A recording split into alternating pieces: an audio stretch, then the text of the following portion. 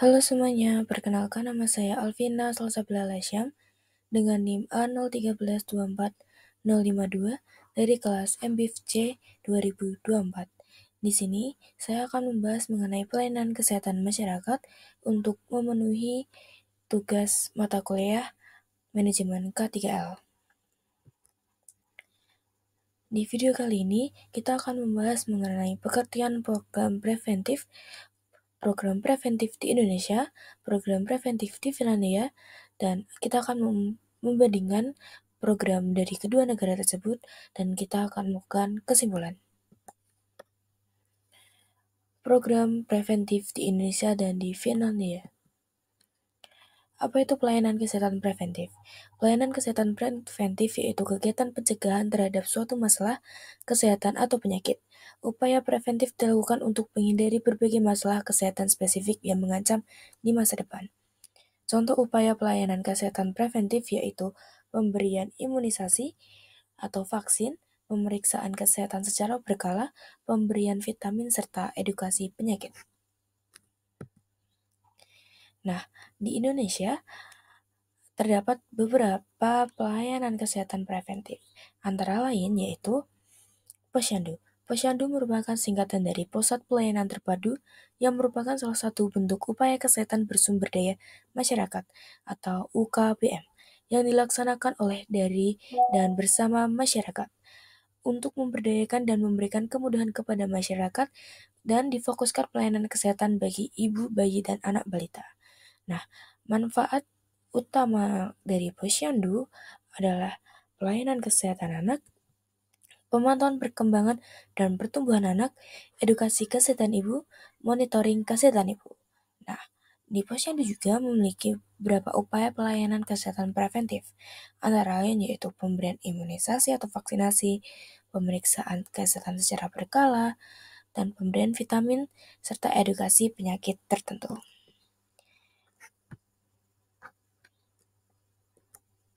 Selanjutnya, di Finlandia. Di Finlandia, mereka memiliki pelayanan preventif yang difokuskan pada pencegahan penyakit dan peningkatan kesehatan.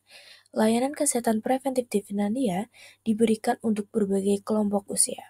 Layanan kesehatan preventif untuk berbagai kelompok usia ibu hamil dan bayi baru melahirkan, anak-anak hingga usia sekolah, remaja dan pelajar muda.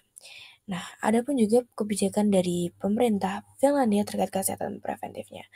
Pemerintah Finlandia melarang untuk merokok, dan Finlandia bertujuan dan terbebas dari tembakau dan nikotin pada tahun 2030.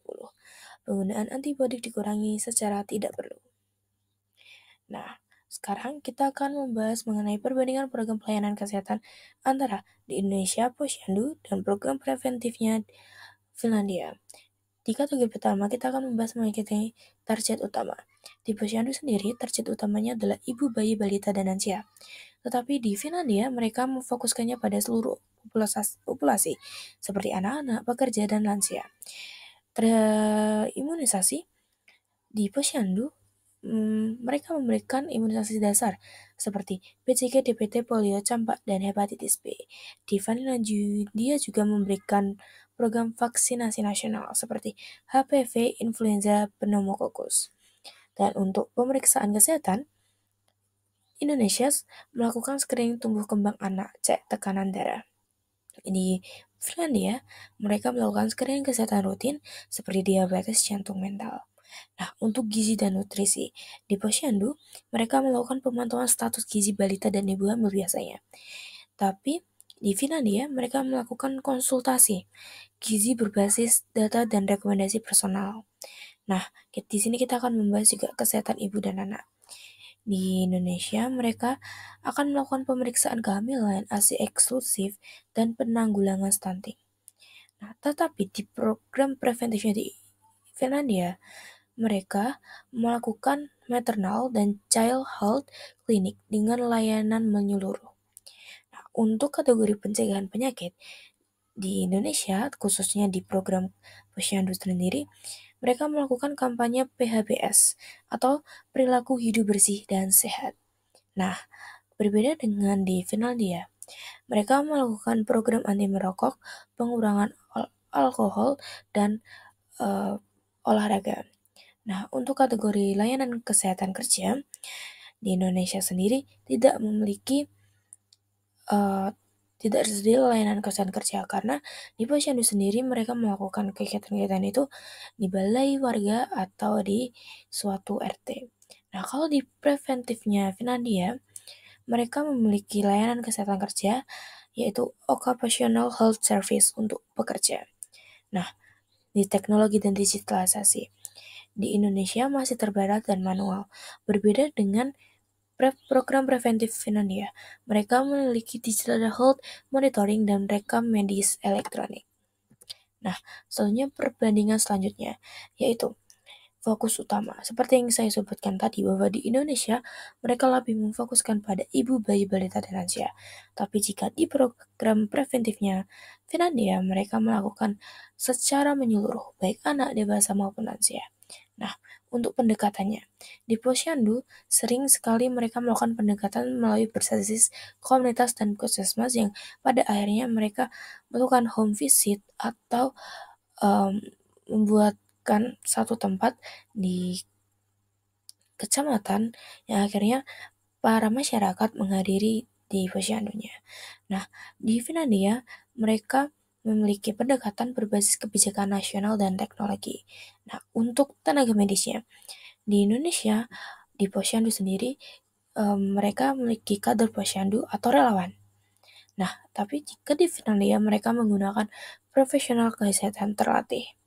Nah, untuk layanan digital sudah saya bahas, untuk layanan digital di Indonesia masih terbatas.